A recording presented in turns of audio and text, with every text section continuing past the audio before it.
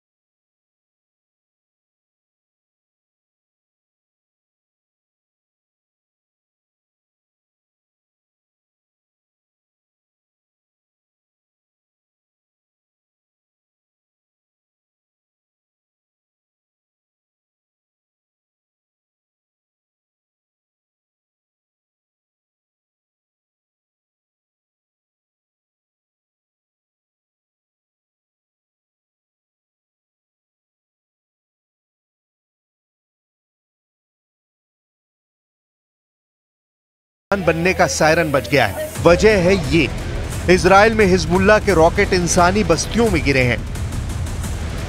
אנחנו מכים בחיזבאללה במהלומות מחץ מפתיעות. לפני 3 שבועות אנחנו חיסלנו את הרמטכ"ל שלו, היום סיכלנו את תוכנית התקיפה שלו, נסראללה בביירות וחמינאי בטהרן. צריכים לדעת שזהו צעד נוסף בדרך לשנות את המצב בצפון ולהחזיר את תושבינו בבטחה לבתיהם, ואני חוזר ואומר, זה לא סוף פסוק. आग की लपटों से घिरा ये मकान इजराइल के नागरिक का है। हिजबुल्लाह के रॉकेट धमाके के बाद पूरा मकान जलकर राख हो गया है। इजराइल के हाइफा सिटी में भी हिजबुल्लाह के रॉकेट के बारूदी धमाके से कई घर तबाह हुए हैं। तस्वीर इजराइल के हाइफा सिटी की है। मकान युवाल सादा का है। उनके घर पर हुए हिजबुल्लाह के रॉकेट हमले से भारी नुकसान पहुंचा है। हमले से मकान की छत फट गई है। गनीमत ये रही कि हमले से पहले अलर्ट सायरन बजा और युवल घर से बाहर चली गईं, लेकिन जब लौटी तो पूरा मकान तहस नहस हो चुका था। קמנו כמו כל הזמן שלפעמים יש אזעקות, לפעמים יש בומים. רגיל, שומרים על ההנחיות, יורדים למטה, אין לנו מרחב מוגן בתוך הבית, יש לנו רק בחוץ מקלט שכונתי, לא הספקנו להגיע אליו, אז אנחנו בדרך כלל נכנסים מתחת למדרגות, ונמצאים שם עד שהאזעקה מפסיקה. נכנסנו כולנו בערך 5 אנשים, לא הספקנו אפילו לסגור את הדלת של ארון נעליים, היה בום רציני בתוך הבית, כל הבית רעד. אני זוכרת קצת פלשבקים, כאילו אש, עשן, דברים כאלה. इजराइल में नेतन्याहू के आलोचक दावा कर रहे हैं कि इस युद्ध में सबसे बड़ा नुकसान इजराइल का ही होगा, क्योंकि हिजबुल्लाह की मिलिट्री विंग खामनेई के बिछाए बारूदी दलदल में नेतन्याहू को तेजी से खींच रही है।